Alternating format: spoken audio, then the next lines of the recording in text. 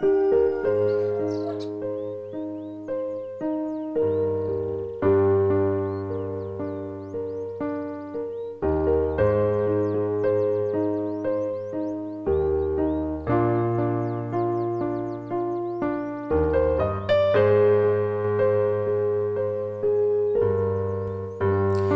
be like Jesus, character tested by present of the less fortunate.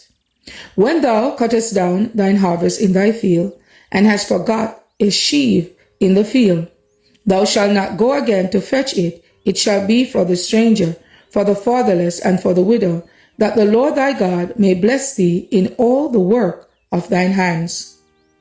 Deuteronomy 24 and verse 19.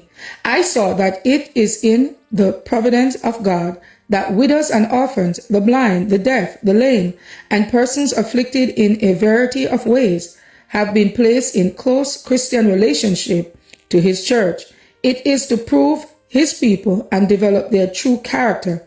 Angels of God are watching to see how we treat these persons who need our sympathy, love, and disinterested benevolence. This is God's test of our character.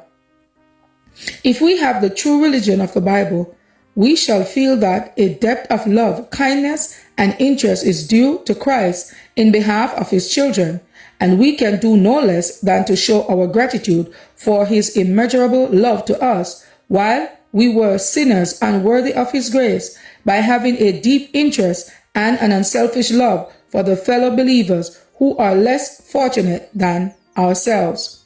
Two great principles of the law of God are supreme love to God and unselfish love to our neighbor. The first 4 commandments and the last 6 hang upon or grow out of these two principles.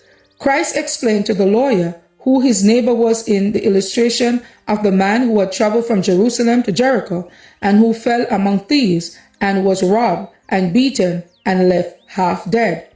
The priests and the Levites saw this man suffering, but their hearts did not respond to his wants. They avoided him by passing by on the other side.